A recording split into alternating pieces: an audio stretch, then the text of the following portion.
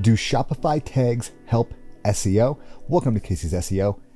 So if you guys have a Shopify website and you're thinking about adding tags to help your SEO, well, tags aren't actually going to help your SEO, but what they do come in handy for is navigation. But back in the day, tags used to help with your SEO. Now it's just more of the category pages. If you have a lot of backlinks going to your category pages, it makes those category pages a lot more powerful. You can rank for those a lot quicker than a actual product page.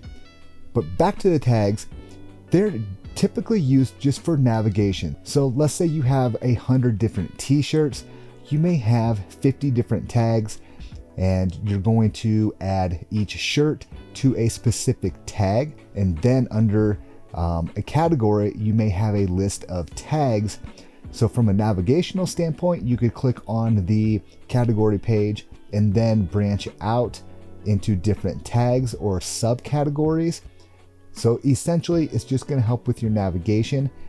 It might help with your SEO just a little bit, but don't actually count on it.